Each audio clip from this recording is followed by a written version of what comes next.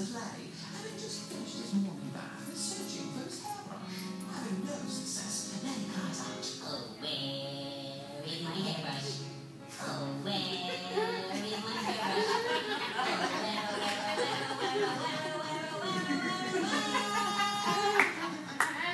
Is my hairbrush?" Gray enters the scene, shocked and slightly embarrassed at the sight of Larry in a towel. Potter regains his composure and reports, I think I saw a hairbrush back there. Where is my hairbrush? That there is my hairbrush.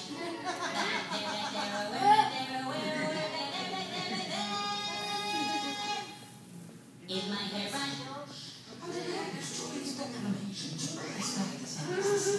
Shocked and slightly embarrassed at the sight of Larry in a towel, Junior regains his composure and comments, Why do you need a hairbrush? You don't have any hair.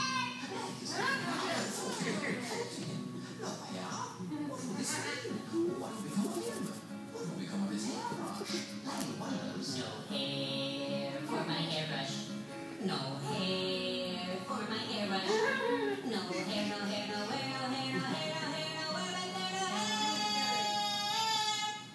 For my hairbrush. Having heard his wondering, Larry enters the scene. Shocked and slightly embarrassed at the sight of Larry in a towel, Potter regains his composure and confesses, Larry, that old hairbrush of yours. Well, you never use it. You don't really need it, so, well, I'm sorry. I didn't know.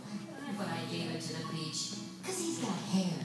feeling a deep sense of loss, Larry stumbles down and laments. Not fair. Oh, my hairbrush. Not fair. My poor hairbrush. Not fair, not fair, no hair, not fair, nowhere, no hair, not fair, not fair, not fair. My little hairbrush. Having heard his name, Fish enters the scene. Himself in a towel, both Larry and the beach are shocked and slightly embarrassed at the sight of each other.